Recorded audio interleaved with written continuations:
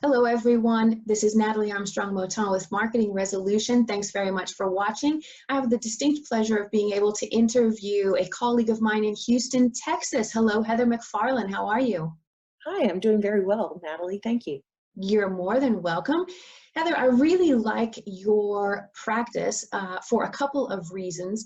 And one is that you played with the real big boys as a litigator and now you've shut down the litigation aspect of your career and you are mediating full time. Tell me a little bit about the mediation practice that you've built.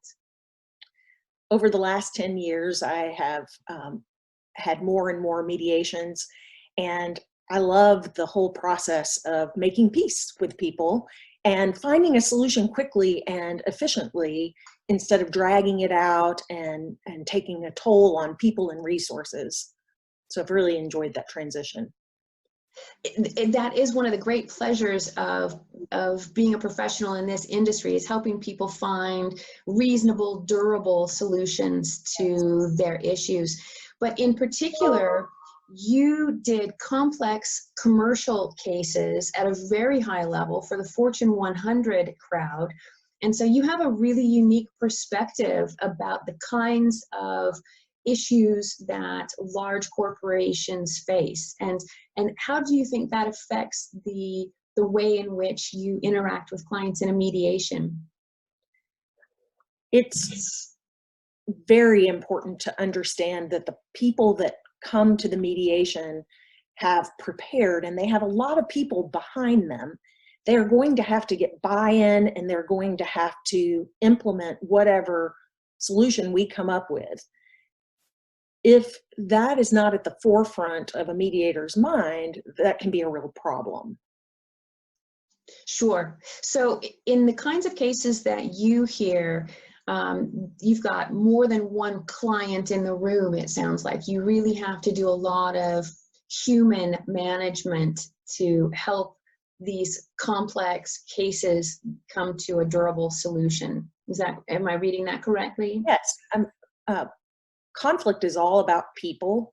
It doesn't matter what the size of that conflict is, but specifically as we're talking about, there are all kinds of principal agent issues. In other words, I like to ask a lot of questions about what's going on behind the scenes, who has a stake in a particular aspect of something we're talking about. So for example, if in a patent case, for example, if someone were interested in doing a worldwide cross-licensing agreement, I'd want to know which business units were affected by that and what those people are like, and have they been properly updated about what we were doing that day.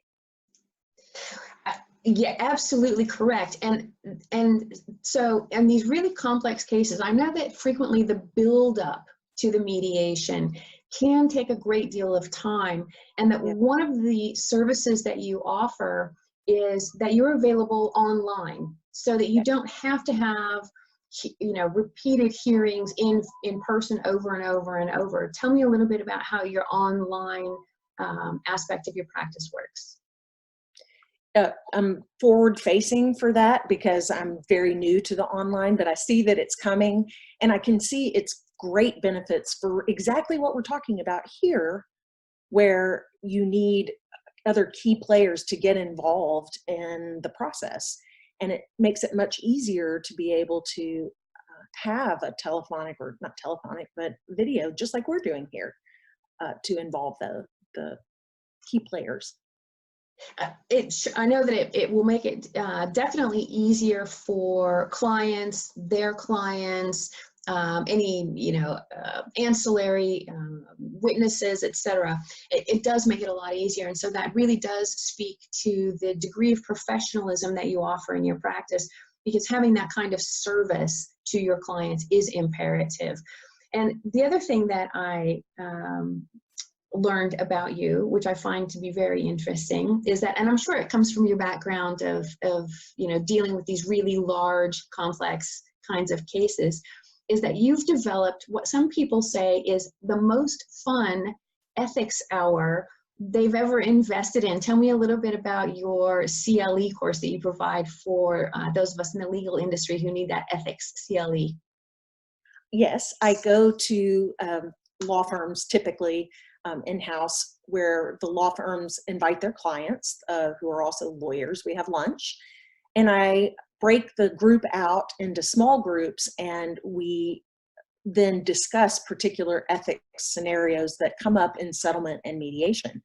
And people get really excited about their own experiences and how they relate to those particular ethical dilemmas. I've learned so much in preparing for those as well, which is funny. As an example, under the Texas mediation statute, confidentiality is so key that a mediator is not allowed to report body language without the permission of, the explicit permission of the person who's conveying information. When I tell people that, it blows their mind, including other well-known Texas mediators. It's just a really high level of confidentiality. So I've been in this industry for more than 25 years, and this is the first that I'm hearing about it. It was just like in my legal practice, it always pays to go back and read your source documents, your statutes, your right. Law. So I think that's fascinating. Well, the quality of service that you provide, the background that you bring to it, the very specific information, education, your passion about the industry, your fun that you have in the training programs that you provide, it all sounds like an excellent practice that you've built. What's the best way for people to learn more about this practice that you have? My website, McFarlanemediations.com. I am continually adding new information, hoping to have some some videos that will be helpful to preparing people for mediation, things that they can give their clients, those kinds of things. Excellent. Well, of course, I will put the McFarlane Mediations link down below in the description bar for anyone who's watching. I encourage you all to click the link, learn more about Heather McFarlane and her very unique practice. Heather, thank you so much for spending some time talking with me today. It was a great pleasure getting to know you a little bit better. You too, Natalie. I really appreciate it. Oh, it's my pleasure. Listen, everyone, like I mentioned before, if you're looking for services like Heather's, she's available to travel. She's available to help you online. She's available at her office there in Houston, Texas. Reach out, give her a call. And as always, thanks for watching. Be good humans. Bye-bye, Heather. Bye-bye.